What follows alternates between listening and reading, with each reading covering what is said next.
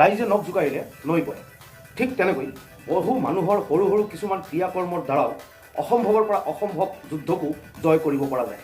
মই দেৱজিৎ ঘোষাল, অসমীয়া নৱপ্ৰজন্মৰ ইউটিউব চেনেলৰ তৰফৰ পৰা আপোনালোকক স্বাগতম জনাইছোঁ। আজি আপোনালোকক মই এটি সাধু কথা শুনাম। এই 2 মিনিটৰ সাধু কথাটো হয়তো আপোনালোকৰ খুবেই ভাল লাগে। কাহিনীটো হ'ল এখন ৰাজ্যৰ এজন ৰজা, য'ত নেকি হঠাতে এক মহামাৰীৰ প্ৰাদুৰ্ভাৱ ঘটিল। মহামাৰীৰ কবলত পৰি বহু লোক মৃত্যুমুখত পৰি আছিল। ৰজা মাৰাত্মক চিন্তাত পৰি গ'ল। কি কৰিব কি নকৰিব একোকে ভাবিব পৰা নাছিল। ৰজাই নিজৰ বল বুদ্ধিৰ সামান্যতমো ত্ৰুটি নৰখাকৈ প্ৰচেষ্টা চলাই গৈছিল যদিও কোনোপধ্যেই এই মহামাৰীক প্ৰতিৰোধ কৰিব পৰা উপায়ন্তৰ হৈ ৰজাই ঈশ্বৰৰ শৰণাপন্ন হ'ল। ঈশ্বৰৰ ওচৰত স্বষ্ঠাংগে নিজকে সৰুগত কৰি কিদৰে এই মহামাৰীৰ পৰা পৰিত্ৰাণ পোৱা সম্ভৱ তাৰ পথ দেখুৱাবলৈ ঈশ্বৰক খাটনি ধৰিলে আৰু ঈশ্বৰক ক'লে, হে পৰমাত্মা পৰমেশ্বৰ, আপুনিয়েই মোৰ একমাত্ৰ ভৰসা। মই এই ৰাজ্যৰ ৰজা হোৱা হেতুকে মোৰ ৰাজ্যৰ সকলো নাগৰিকক এই মহামাৰীৰ অকাল মৃত্যুৰ পৰা কেনেকৈ ৰক্ষা কৰিব পাৰি তাৰেই পথ দেখুৱাই দিয়ক। তেনে সময়তে হঠাতে ৰজাই এক দৈৱবাণী ৰজাই শুনিলে যে, হে ৰাজন, তোমাৰ ৰাজ্যৰ প্ৰতিটো পৰিয়ালক তুমি আদেশ দিয়া যে অহা অমাৱস্যাৰ নিশা প্ৰতি ঘৰৰ পৰা এবাল্টিকৈ গাখীৰ ৰাজ্যৰ মূল নগৰীখনৰ মাজভাগতে অৱস্থিত বহু দিনৰে পৰা পৰিত্যক্ত অৱস্থাত পৰি থকা এটা কুঁৱাত ঢালিব লাগিব আৰু এয়া যদি সকলোৱে কৰে তেন্তে পিছদিনা ৰাতিপুৱাৰ পৰাই ৰাজ্যখন মহামাৰী মুক্ত হৈ পৰিব। এই দৈৱবাণী শুনি ৰজাৰ মনত এক নতুন আশাৰ সঞ্চাৰ ঘটিল। ৰজাই যেন স্বস্তিৰ নিশ্বাস পেলালে। ৰজাই ৰাজ্যৰ সকলো নাগৰিকক সম্বোধি নিৰ্দেশ দিলে যে অহা অমাৱস্যাৰ নিশা প্ৰতি ঘৰৰ পৰা এবাল্টিকৈ গাখীৰ ৰাজ্যৰ মাজভাগতে অৱস্থিত থকা সেই নগৰীখনৰ কুঁৱাখনত ঢালিব লাগে আৰু এয়া ঢালিব লাগিবই বুলি ৰজাই কঠোৰ নিৰ্দেশ লগতে এয়াও ক'লে যে যদি সকলোৱে এই কাৰ্যখন বা এই ক্ৰিয়াখন কৰে, সকলোৱে যদি এবাল্টিকৈ গাখীৰ সেই কুঁৱাখনত ঢালে, তেতিয়াহ'লে পিছদিনা ৰাতিপুৱাৰ পৰাই আমাৰ ৰাজ্যখন মহামাৰী মুক্ত। ৰজাৰ এই নিৰ্দেশ শুনি ৰাজ্যৰ প্ৰতিজন নাগৰিকেই তৎপৰ হৈ উঠিল। সেই ৰাজ্যখনতে এগৰাকী বৃদ্ধা আৰু এজন কৃপণো বসবাস কৰিছিল।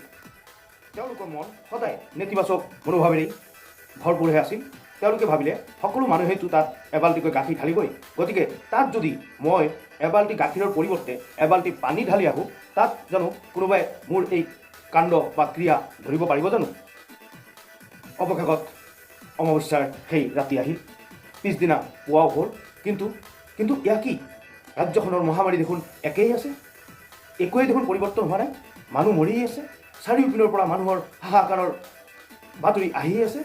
ৰজা বৰ চিন্তিত। লগে লগে নিজেই ৰজাই সেই কুঁৱাৰ পিনে ঢাপলি মেলিলে আৰু দেখিলে, আৰে এয়া কি? এয়া দেখোন অকল পানীৰেই ভৰি আছে, তাত দেখোন গাখীৰৰ লেখ মাত্ৰও নাই। ৰজাই বৰ মৰ্মাহত হ'ল আৰু মনে মনে ভাবিলে যে নিজৰ ৰাজ্যৰ নাগৰিকৰ মহামাৰীৰ পৰা কেনেকৈ বচাব লাগে তাৰ বাবে মই দিনে নিশাই চিন্তা কৰি আছোঁ। সেই নাগৰিকসকলে নিজেই দেখোন নিজকে ৰক্ষা কৰিবলৈ বিচৰা নাই বা নিজেই জীয়াই থাকিব। আচলতে সেই বুঢ়ীজনীৰ দৰে ৰাজ্যৰ সকলো নাগৰিকেই ভাবিলে যে যদি মই তাত কণ্ট্ৰিবিউশ্যন নকৰোঁ বা মই এবাল্টি গাখীৰ তাত নাঢালোঁ, তেন্তে কোনে কেনেকৈ এই কথা জানিব? যদি আমি সকলোৱে এনেকৈ ভাবোঁ যে মোৰ এটা সৰু ক্ৰিয়াকৰ্মৰ দ্বাৰা কিনো ডাঙৰ কৰ্ম এটা সম্পন্ন হ'ব, তেনেকৈ ভাবিলে দেখোন কোনো দিনেই মোৰ জীৱনতো একো উন্নতি সাধন নহ'ব। ঠিক তেনেধৰণে ৰাষ্ট্ৰ এখনৰ হিতৰ বাবেও মোৰ কোনো অৰিহণা বা কণ্ট্ৰিবিউশ্যন সৰু বিন্দু সকলোৰে দ্বাৰা একোটা সৰু ক্ৰিয়াকৰ্ম একেলগে হৈ এক বিশাল আকাৰ ধাৰণ কৰে আৰু তেতিয়াই এক নতুন পৰিৱৰ্তন সম্ভৱ হৈ উঠে। যোগদান সৰুৱে হওক বা ডাঙৰ, এইটো জৰুৰী নহয় যে কোনো যুদ্ধৰ বাবে মোক বৰ্ডাৰতে যাব লাগিব। মই মোৰ নিজৰ স্থানত থাকি মোৰ কোনো ক্ষতি নোহোৱাকৈ মোৰ দ্বাৰা যিমানখিনি সম্ভৱ সহযোগ অত্যন্ত সততাৰে কৰাটোৱেই ৰাষ্ট্ৰৰ প্ৰতি আমাৰ চূড়ান্ত সন্মান জনোৱা হ'ব। আহক আমি সকলোৱে আমাৰ দেশক আমাৰ সৰ্বশ্ৰেষ্ঠ উপহাৰখিনি আমি ঘৰত থাকি সুস্থভাৱে থাকি চৰকাৰৰ নীতি নিৰ্দেশনাবোৰ মানি চলি দেশৰ হকে উৎসৰ্গা কৰোঁ। এয়াই যাতে আমাৰ পণ হোৱা উচিত বুলি মই ভাবোঁ। আজিলৈ ইমানেই।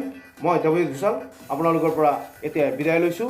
মোৰ ইউটিউব চেনেল অসমীয়া নৱপ্ৰজন্ম ইউটিউব চেনেলখন আপোনালোকে ছাবস্ক্ৰাইব কৰিবলৈ নাপাহৰিব আৰু মোৰ এই কাহিনীটো যদি আপোনালোকৰ ভাল লাগি থাকে তেতিয়াহ'লে লাইক কমেণ্ট শ্বেয়াৰ কৰিবলৈ নাপাহৰিব। ধন্যবাদ।